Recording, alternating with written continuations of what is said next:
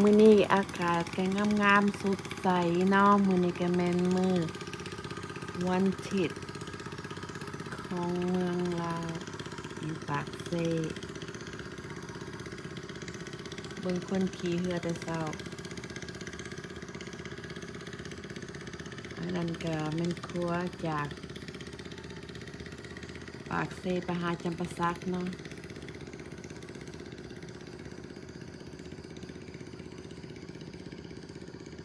ภูเขาก็งามๆ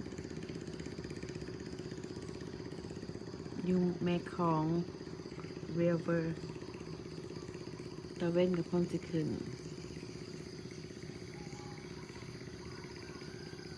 มักอากาศนี่อากาศธรรมชาติ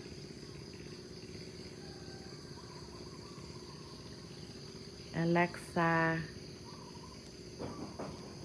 ก็ได้อยู่ Paradise แม่ของรีสอร์ทของนาปาวสมดิษเนาะ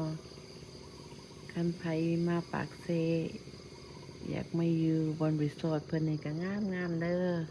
มาเซาน้ำเพิ่นนี่คันมักธรรมชาติมานั่งเบิงกินกาแฟบ่แต่เช้ามาเบิงอากาศแล้วก็มาเบิงวิวงามๆเด้อพ่อแม่พี่น้อง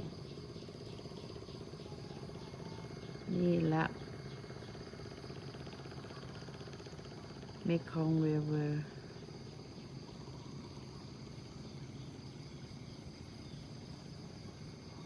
คนก็ขี่เรือนี่เห็นบ่เขาจะขี่เรืออยู่เมคองริเวอร์หาปลา